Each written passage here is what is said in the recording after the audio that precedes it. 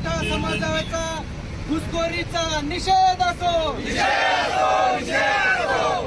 OBC प्रवर्गात मराठा समाजाचा समावेशाचा निषेध असो, निषेध असो, निषेध असो.